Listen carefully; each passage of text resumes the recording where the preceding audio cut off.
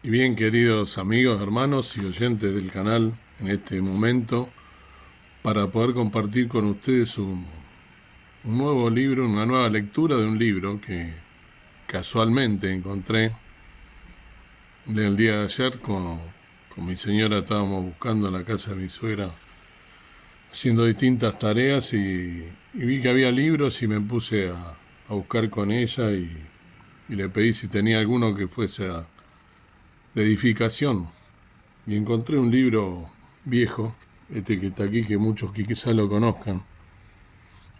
Anda sobre las aguas Pedro, libro chiquito de alguien que ya presenté en este canal, un siervo del Señor precioso, Luis Palau. Y es del año 1974, o sea que yo tenía 5 años cuando este libro lo escribió este hermano precioso. Y se lo quería compartir con ustedes. En el comienzo él tiene como si fuese un mapa, si se quiere, o un gráfico del proceso de redención ilustrado en la vida de Simón Pedro, ¿sí? Con distintos puntos de la vida de Pedro. Tiene dos líneas, una abajo, línea B, y una línea A arriba, y dice entrega de la voluntad en el punto 2 y después, casi llegando al final, el contacto restablecido.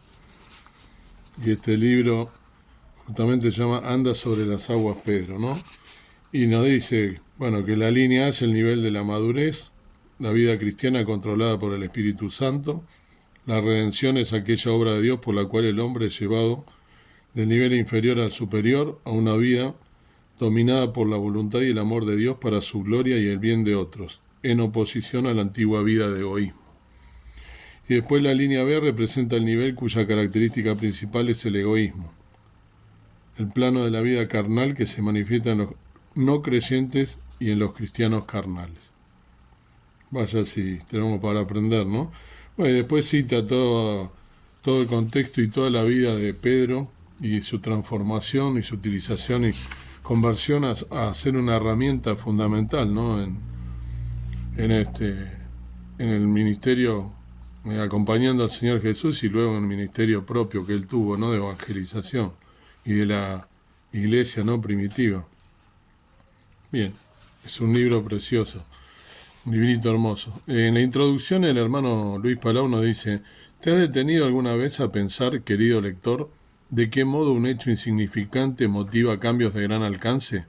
Un pequeño libro, una breve frase, un momentáneo encuentro puede cambiar todo el curso de una vida. Hace varios años alguien me dio un folleto que traía un informe acerca de un creyente llamado Dick Hillis. Explicaba cómo había sido prisionero de los comunistas en China por 2 años. También mencionaba el mismo folleto a Ray Stedman, pastor de la Iglesia Bíblica de la Península en California. Y como yo nunca había oído predicar a un californiano, fui a escucharle. El mensaje fue bueno, y para conocerle mejor fui a saludarle. Era un caballero tostado eh, por el sol, mofletudo pero guapo. Aquel simple encuentro con dos hombres cambió todo el curso de mi vida. Por medio de Ray Stedman y el doctor Dick Hillis, Dios me sacó de la Argentina y me dirigió a las Overseas Crusades. Este contacto me abrió puertas al ministerio de evangelismo que Dios me ha dado. Si no hubiese encontrado a Ray, probablemente todavía estaría en Argentina ministrando a una pequeña asamblea como si no hubiera otros santos o pecadores en el mundo. Algo similar puede ocurrirte a ti, querido lector. Puede que te sientas tímido y limitado en tus experiencias espirituales, que te encuentres como yo, agobiado y atado a una cierta clase de vida. Pero creo que el Espíritu Santo está esperando abrirte puertas como jamás tú lo has soñado. Está esperando cambiar tu vida con una palabra, un encuentro o un suceso al parecer insignificante. Hay una frase que no se encuentra en la Biblia, pero es muy atinada, pues dice: las más grandes puertas giran sobre goznes muy pequeños. Una pequeña reunión, una breve conversación, puede abrirte un nuevo futuro. Preciosa la introducción, y atrapante sobre todo para ponernos en contexto, ¿no?, de lo que es este hermoso libro. Quería compartir contigo, aparte de estas dos primeras partes de este libro, el comienzo y el prólogo, o la introducción, y ese gráfico tan hermoso y el nombre, por supuesto, y el año, también el primer capítulo de este libro. Capítulo 1, Encuentro de Simón y Pedro, nos dice. Cuando yo era joven nadie me enseñó cómo vivir la vida cristiana victoriosa. Yo deseaba con toda sinceridad ser espiritualmente victorioso, pero la única cosa que sabía hacer era ocultarme tras la niebla, ponerme una máscara. Cuando preguntaba a otros cristianos acerca de mis deseos espirituales, todo lo que me aconsejaban era leer más la Biblia, orar más y testificar más. Pero estas cosas no me cambiaban. ¿Hasta cuándo continuaré así?, me preguntaba yo. ¿Cuándo voy a llegar? Me costó 8 años aprender la lección de que no es lo que hacemos para Dios, sino lo que Él quiere hacer en nosotros y por nosotros lo que cuenta. Y nos dice que leamos Gálatas 2:20, conocido texto, Gálatas 2:20, con Cristo estoy juntamente crucificado, y vivo no ya yo, mas vive Cristo en mí. Y lo que ahora vivo en la carne, lo vivo en la fe del Hijo de Dios, el cual me amó y se entregó a sí mismo por mí. Pablo, ¿no? Y el crucificar la carne. Cuando Pedro encontró a Jesús, no comprendió en el acto el futuro que le aguardaba. Era un simple obrero, un hombre cualquiera que ganaba su vida pescando cada noche y pasaba los días yendo a la playa a remendar sus redes, hasta el día que encontró a Jesucristo. No sabía quién era Jesucristo, pero su hermano Andrés le trajo a Jesús y, en el momento en que encontró a Cristo, el pescador Simón empezó una nueva vida, una vida nueva. La historia se encuentra en Juan 1, del 40 al 43, y es un relato muy interesante. Entonces, San Juan 1, 40 al 43 nos dice: era Andrés, hermano de Simón Pedro, uno de los dos que habían oído de Juan y le habían seguido. Este halló primero a su hermano Simón y díjole: hemos hallado al Mesías, que declarado es el Cristo. Y le trajo a Jesús, y mirándole Jesús dijo: tú eres Simón, hijo de Jonás, tú serás llamado Cefas, que quiere decir piedra. El siguiente día quiso Jesús ir a Galilea y halla a Felipe, el cual dijo: sígueme. Entonces, acá justamente Jesús le mira, ¿no? y le dice que se iba a llamar piedra, ¿no? A partir de ahora. Simón nunca había visto al Señor Jesús. Sin embargo, en el mismo momento en que se halló frente a él, el Señor no solamente le llamó por su nombre, sino que se lo cambió y le hizo una promesa fantástica. Le dijo: desde ahora, y por haber estado conmigo, Simón, hijo de Juan, la gente no te llamará Simón, sino que te llamará Pedro, o sea, la roca. Lo que Dios hizo con la vida de Pedro sirve como excelente ejemplo de cómo Dios obra con las personas. En Pedro podemos ser testigos de todo el plan de la redención de Dios, o sea, el plan de la salvación. La redención se caracteriza por 3 etapas. La primera es la redención pasada, la segunda la redención presente y finalmente la redención futura. La redención en el pasado. La redención en el pasado ha sido obrada en la cruz para siempre. La redención pasada tiene que ver con la culpa y el perdón de los pecados. Cuando Cristo murió en la cruz dejó completa la obra de redención. La Biblia dice, en Efesios 1:7, nuevamente el apóstol Pablo, la carta de Efesios 1:7, en el cual tenemos redención por su sangre, la remisión de pecados por las riquezas de su gracia. Este perdón es final, ¿sí? Entonces, y libre, es decir, al alcance de todo aquel que acepta a Cristo. La redención pasada garantiza a cualquier hombre o mujer, niño o muchacha, que sus pecados son perdonados y limpiados. Le asegura que todo su pasado, todas las culpables niñerías, lo mismo que todas las grandes culpas, todo lo que le hacía pecador y le condenaba, ha sido perdonado y limpiado por la sangre que Cristo derramó en la cruz. Es una gran aventura empezar una vida nueva después de la salvación. Esta redención del pasado es obtenible mediante su gran sacrificio. Yo espero que todos vosotros habréis experimentado este perdón y redención, nos dice el autor. La redención en el futuro. La redención en el futuro futura tendrá lugar cuando el Señor nos dará una experiencia total de sí mismo, pues Él va a quitarnos del lugar de pecado en este mundo y hacernos perfectos para siempre. Cuando seamos perfectos no habrá más problemas, ni sufrimientos, ni más rebeliones y tentaciones. Nada más nos arrastrará para destruirnos. No habrá más pecados, pues la redención futura será una redención final. Preciosa. La redención actual. La redención actual es el período que más afecta a todos los creyentes. ¿Cómo obra Dios en nuestra redención ahora? Lo veremos en la vida de Pedro. Las cosas que le ocurrieron a Pedro pueden enseñarnos a valorar los principios sobre los cuales Dios obra. Podemos aplicar la experiencia espiritual de Pedro a la vida de cualquier joven de 17 o 18 años, o de cualquier señorita de la misma edad que están preguntándose cuál será la voluntad de Dios para su futuro, al igual que a cualquier mujer de 70 años que le parece que ya no puede servir a Dios a su edad. ¿Qué quiere hacer Dios con nuestras vidas? Quiere cambiarlas, quiere cambiar nuestro carácter egoísta, centrado en nosotros mismos y hacernos hombres y mujeres maduros, seres controlados por el Espíritu Santo, a fin de que seamos libres de la tiranía natural del egoísmo que tiende a hacernos insolentes, orgullosos y altivos. Cualquier parecido o similitud con la realidad, te lo digo yo, pura coincidencia, ¿no? Nos está describiendo, me hago cargo, nos está hablando y describiendo cómo somos.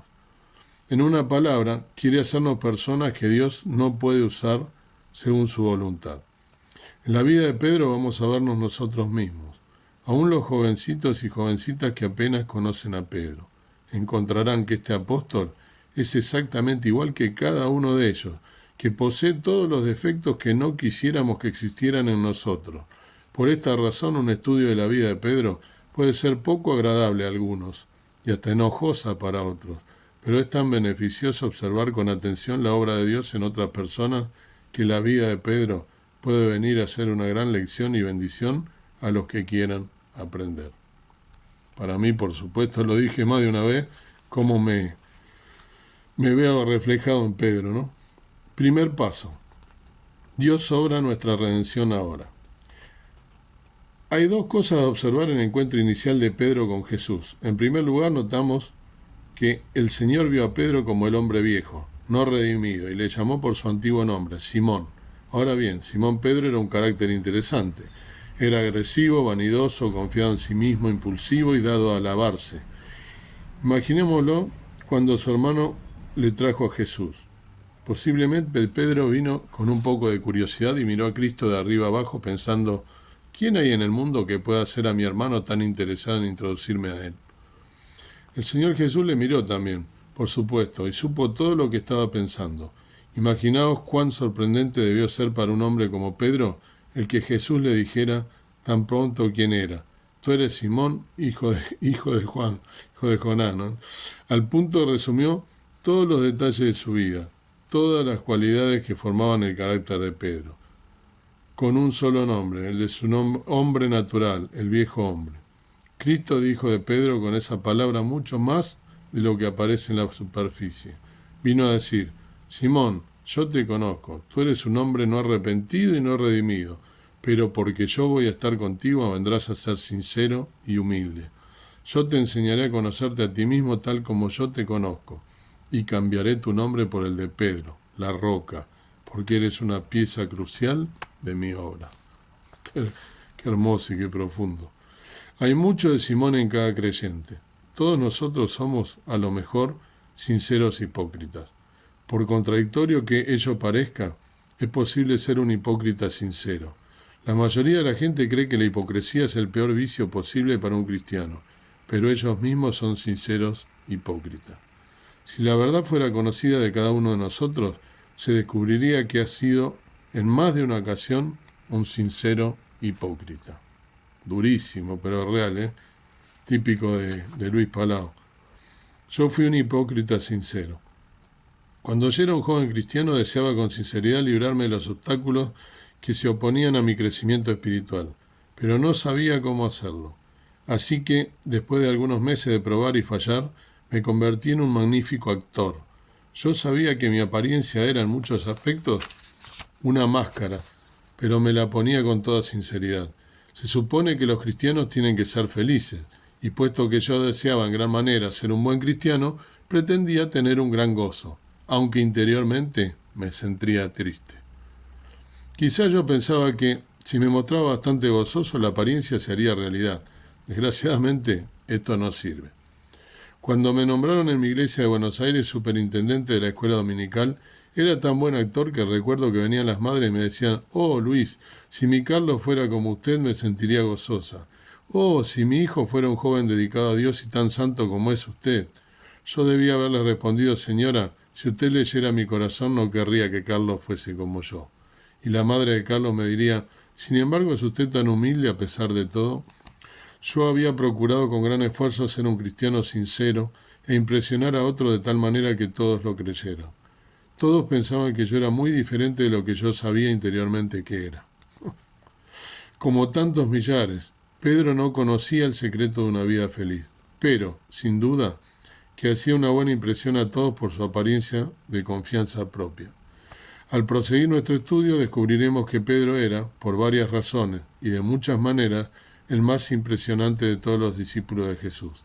Sin embargo, era el que más necesitaba aprender lecciones drásticas de parte del Señor. Promesa para el futuro. «Tú eres Simón, hijo de Jonás», le dijo Jesús, conociendo todos los detalles de su vida y de sus pensamientos. Pero Jesús no se detuvo a hacer una descripción del hombre natural, sino que prosiguió, diciéndole: «Tú serás llamado Pedro, la roca». Jesús podía haber dicho a Pedro: «Escúchame, yo conozco todos los esqueletos que tienes en tu habitación reservada, todos los defectos de tu vida. Si yo fuera a abrir las puertas de tu corazón para que la gente pudiera mirar dentro, escaparías a correr por temor y vergüenza. Pero oye, Pedro, yo te amo, y porque te amo voy a tomarte como discípulo y a estar contigo por algún tiempo. Voy a redimirte, voy a controlarte, voy a moldear tu carácter y tu vida de tal modo que vas a ser totalmente diferente. Simón, serás cambiado de tal manera por causa de estar yo contigo que hasta tendré que cambiar tu nombre. Tú te llamarás Pedro, porque serás una roca, un hombre fuerte capaz de ayudar y bendecir a otras personas». Con el poder de Cristo que había tras de esta promesa, Pedro no corría ningún riesgo de fracasar. Se cumplió plenamente el vaticinio de Jesús. Todo lo que Jesús promete se cumple. Si se cumplió en Simón, puede cumplirse en cualquier otro cristiano que se entrega plenamente a Cristo. Simón tenía todas las flaquezas, todos los pecados que combaten dentro de ti. Sin embargo, cuando Jesús terminó con él, le dejó hecho el gran apóstol Pedro. Este es el fundamento de nuestra esperanza, ¿no? En Filipenses 1:6. «Para alabanza de la gloria de su gracia, con la cual nos hizo aceptos en el amado». Este es el fundamento de nuestra esperanza. Jesús le promete: «Tú serás». El Señor no le dijo: «Quizás, Simón, serás si tú te portas bien», sino que afirmó rotundamente: «Serás piedra», ¿no? Como dice acá, para alabanza de la gloria, ¿no? Lo que acabo de leer. Entonces, estoy cierto, ¿no?, que Él empezó en vosotros la buena obra, que la desarrollará hasta el día de Jesucristo. Cuando Dios toma a un hombre por la mano, no importa cuán rudo sea su carácter, lo cambia. Dios le hace lo que debe ser. Dios le hace lo que debe ser. Cuando Jesús cambió el nombre de Simón, estaba mirando a muchos años a venir. Pedro estaba lejos entonces, muy lejos de ser una roca, pero Jesús sabía que vendría el tiempo cuando Pedro y un puñado de otros discípulos transformarían el mundo con el poder de su fe. El proceso de maduración.